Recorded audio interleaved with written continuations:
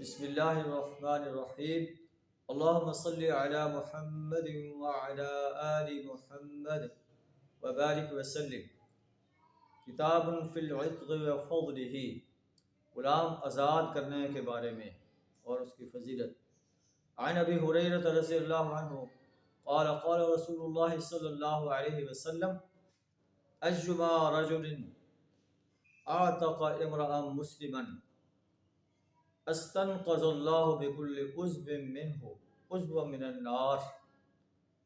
نبی صلی اللہ علیہ وسلم نے فرمایا، جو شخص کسی مسلمان غلام کو آزاد کرے گا، من آتقا امرأ مسلما استنقذ اللہ بکل عضو منہ عضو من النار، اللہ تعالیٰ آزاد کردہ غلام کے ہر عضو کے بدلے اس کا ہر عضو دوزخ سے آزاد کر دے گا۔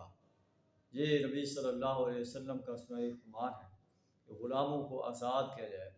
آج کل غلاموں کا دور تو نہیں ہے، بلکہ جو لوگ جیل میں پڑے ہیں اور کسی قصور میں قید نہیں ہیں، بلکہ ایسے بے قصور قید ہیں، ان کو رہائی دلانا اور ایسے ہی فلاحی کام کرنا جس سے انسانیت کو نفع ہو، اللہ تعالیٰ انشاءاللہ اس کا بھی اجر عظیم عطا فرمائے گا۔ اللہ ہم سب کو اس کار خیر میں حصہ ڈالنے کی توفیق عطا فرمائے۔